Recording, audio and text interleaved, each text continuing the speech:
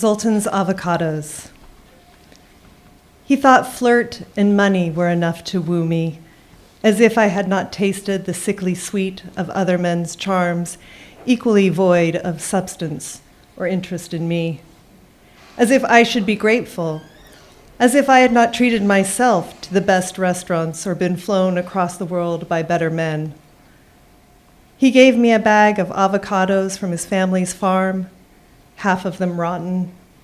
He presented these as a present just for me, though with one look, it was clear I was doing him the favor, as if I could not see the mold or know his negligence, his lack of respect in even this. When I returned home, I threw the rotten into the compost and took the rest, their ripeness on the verge of garish, still lush, soft, bursting. I opened the fruit, gently pushed the pit, and spread the meat onto my bread.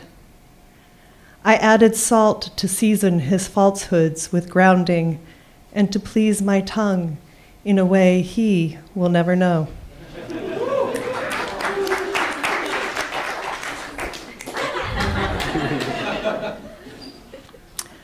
The slightly melancholic goat.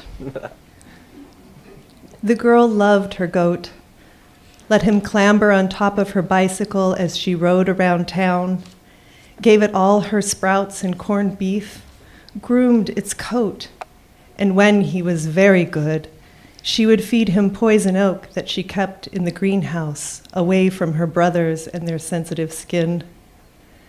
But sometimes, more often lately, the goat felt constrained by the girl's attentions.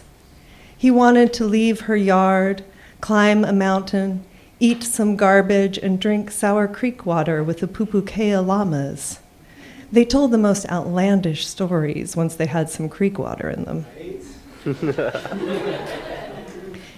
He didn't know how to ask for this.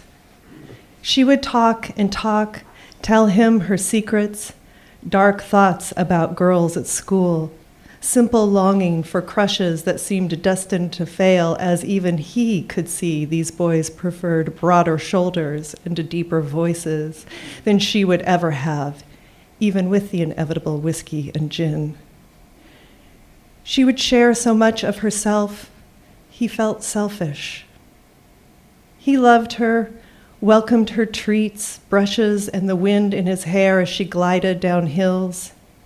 He looked forward to their quiet nuzzling when she would read, but he felt like half a goat. No, that wasn't it. He could rut with the best of them, but he didn't want to anymore. He wanted a way out of this Townes Van Zandt melancholy, a way toward his friends, his thoughts, his instincts, a way back to himself.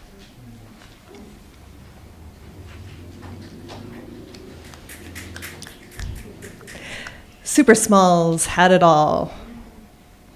There was a time when the rat was ashamed of his stature, when he longed for the long limbs of goats or the exotic necks of giraffes. He saw how the young girl rats would lick their paws, smooth their hair back, and run up drain pipes simply to watch these creatures walk by. That was before college. Here in the men's room at the dorm, he was king, able to get pot and snacks without being caught.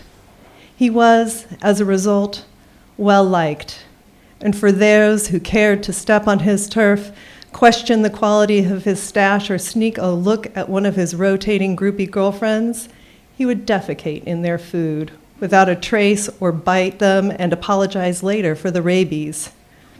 He'd been clean for diseases for years now, though.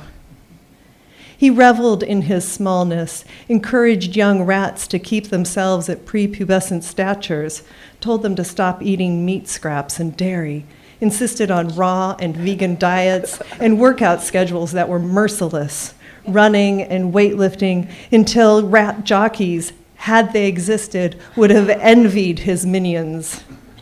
Super Smalls had it all was his motto, and he changed his name to SS for his burgeoning rap career, and SS was the logo for his inevitable fashion line.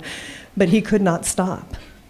Drunk with power and ambition, and yes, talent, he worked and worked, trained and mentored, forgetting to pause, to eat, to love, until he shrank so small we could not hear his voice, and then smaller still, until he could not be seen, and finally, until we forgot he was there.